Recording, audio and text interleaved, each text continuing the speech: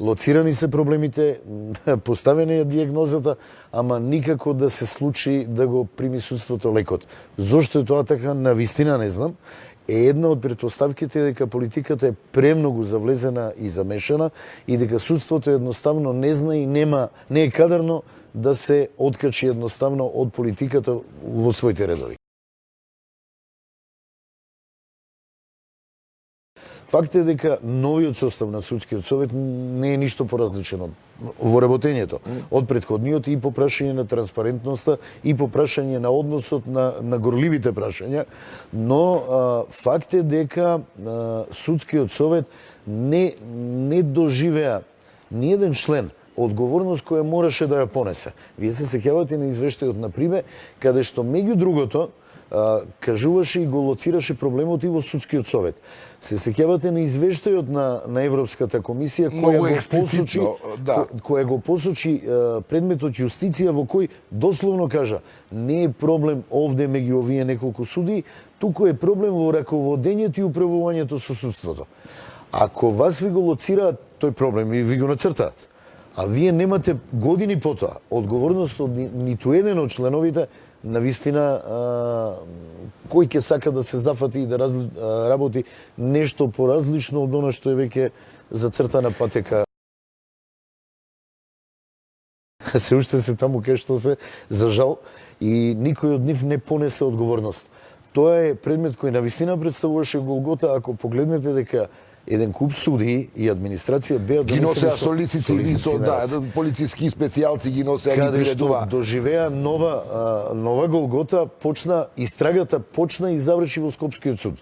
Почна судењето во Скопскиот суд и по нечива желба, никому не е јасно како и врз основа на кој законски текст, беше префрлен предметот во Битола.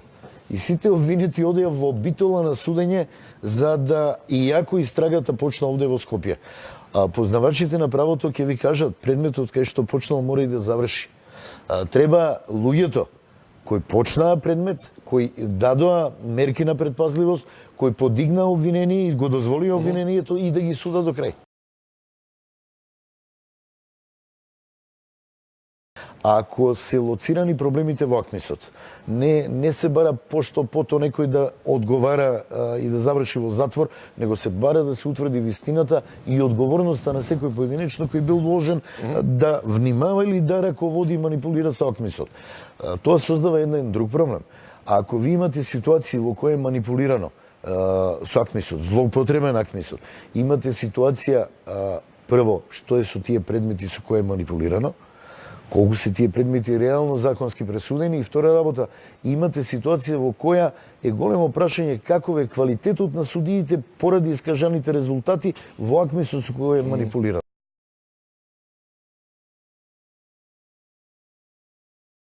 За сите овие предмети многу се зборуваше. Дури се покажува, ако се сеќавате програмата на ВМРО пред изборите, дел од овие предмети беше наведен во оној дел на правниот систем, дури дел од предметите не беа ни започнати. За шпион, за ликвидација понов предмет, каде што произлезе од орече, сите други предмети имаше сомневање во праведноста, во честноста, во начинот на постапување на судот. За жал, резултат немаме. Се зборуваше многу дека ќе се изврши една ревизија на судските предмети, исто како што се зборуваше ревизија на работењето на судиите. Политичка желба има, политичка волја мислам дека нема. Не е точно. Секој таков одговор, каде што ќе ви кажат да, ние не можеме во судскиот систем да се мешаме. Ама секој закон одеше, верувајте ми, на координација и ускладување на двете партии. Најголемата опозициона и најголемата партија која е на власт. И они со своите тимови ги пеглаа своите ставови околу определени, дури конкретни членови на законите. Јас сваќам дека тоа е израз на политичка волја и дека некаде треба. Но не можете за дел од законите, кои се системски закони за судството, кои се битни закони за судството, на тој начин да се однесувате. Можете да направите работна група од луѓе кои навистина го знаат проблемот од теренот, од праксата, од судница, и да кажат што треба да се смени, што треба да се дополни или што треба да се укине. Но тоа до денешен ден не е направено.